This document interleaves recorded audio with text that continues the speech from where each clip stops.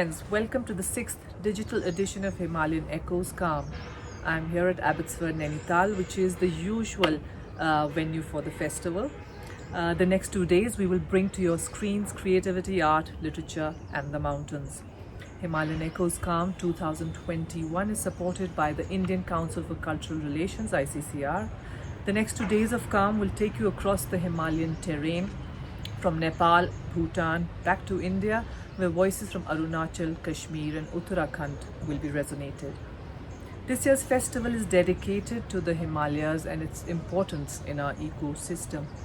The coming together of these mountain festivals from India and Bhutan and Nepal under the acronym of Calm is really of utmost significance for the future of the terrain, not only for what it stands for, but also the calm that the mountains command in our lives.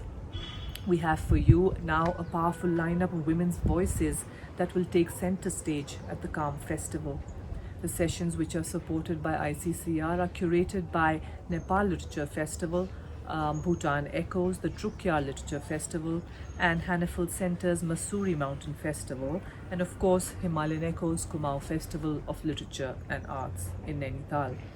I do wish we could have this festival in person in its physical avatar, but I think we will have to wait for another year in 2022, God willing.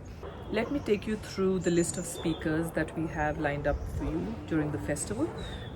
We have internationally acclaimed musician Annie Choing, a Buddhist nun from Nepal, known for her soul-stirring renditions. This is a session closely curated by Ajit Baral, founder of Nepal Literature Festival, and moderated by Bhushita Vashisht. Closer to home, we have Mamang Dai, an understated repository of knowledge, a Himalayan thinker, winner of the Akademi Award, also was the first woman IAS officer from Arunachal. We have Arjun Vajpayee, the mountaineering youth icon who climbed the Everest at an early age of 16 in 2010. We have Stephen Alton, Akshay Shah's compilation of Uttarakhand voices from writer Namita Gokhale's works, historian Shekhar Pathak on Chipko movement, anthropologist Lokesh Ohri on the hidden history of Mussoorie, Dr. D.R. Purohit, folklorist from Garhwal, speaking on age-old rituals of Mahabharata, and Pushpesh Panji, the food critic. We also have writer Anjal Prakash on the impact of climate change in conversation with Mandakini Kaul from the World Bank. Renowned journalist Kaveri Bamzai in conversation with Professor Nirja Mattu and her works on women poets of Kashmir. Asya Zahoor, her powerful readings from her works of poetry. The Queen Mother of Bhutan, Ashi Dorji Wangmu Wanchuk, with powerful Bhutanese literary voices of Lopen Karma Phunsu, Kunzang Choden, Kezan Dechin's heartwarming poetry, curated by Bhutan Echoes Drukgyal Literature Festival.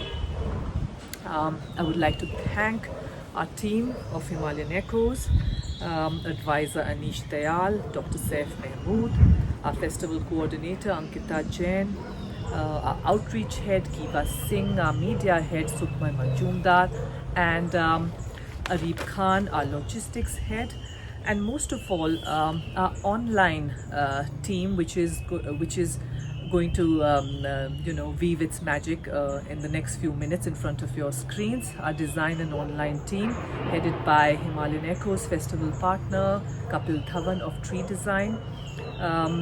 With such a team in place, really, we hope that each year we can bring to you stronger issues, more relevant issues, and in such beautiful settings. And our utmost gratitude really to our festival mentor Namita Gokhale for her guidance and her love for the Himalayas and its people. Once again, grateful to the help and support from Indian Council of Cultural Relations. I now leave you with the sessions for the day and call upon the Honorable Director General of ICCR, Dinesh Patnaik ji, to declare the festival open. Have a wonderful 2 days and see you soon. Thank you.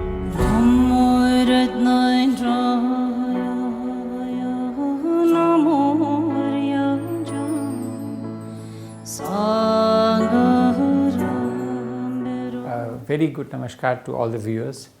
ICCR is delighted to partner with Himalayan Echoes for holding this festival of poetry in the mountains. This is an idea which we have been discussing for some time, and I'm glad we are finally doing it, even though it is in a digital format. Given the times that we are in today, we are probably looking at a hybrid format. But both of us are working together, ICCR and Himalayan Echoes, to do a collaborative theme around the idea of mountains. Mountains to us signify steadfastness, a calmness which is there in times of turmoil. The pandemic has created a turmoil that we need to address, and the mountains are the symbol of steadfastness, a calmness that is there. So that's the reason we are calling this collaboration Calm. Calm, which is creativity, art, literature, mountains. The mountains are not only a calm place to be in, but they're a source of spirituality. They're a source of the rivers that feed the rest of India, the rivers that are essence of what is life in India. But they're also a diverse lot. The mountains are very diverse, and this intense 2-day festival will bring forth the beauty and joy of the mountain living, of the mountain terrain, of the wondrous places that are there in the mountains. And more than that, it will also bring forth the challenges that we face, because in today's world, challenges are the thing which make us what we are. If we do not face up to the challenges which we always face, and the pandemic is the biggest challenge that we faced, now that we have come out of the pandemic, it's time for us to look at how the world is. And the mountains are a great place to sit and meditate. The dhams are in the mountains. Our sages have always gone to the mountains to pray, to meditate, and this is a place where we need to go, because this is where we can talk, discuss, and delve deep into the cultural diversity and unity, not only of India, but of the mountain regions. Because the mountain regions is as diverse and as different as India is. India is a country of million different things, a myriad of different things coming together. And so this event will bring together the diversity of India and the diversity of the mountains, and bring it together in a manner in which we are getting all the participating festivals together on one platform. And this is wonderful, because all of them bring together different cultures which we are going to discuss together. This 2-day festival, I'm looking forward to it, because it will be shot outdoors.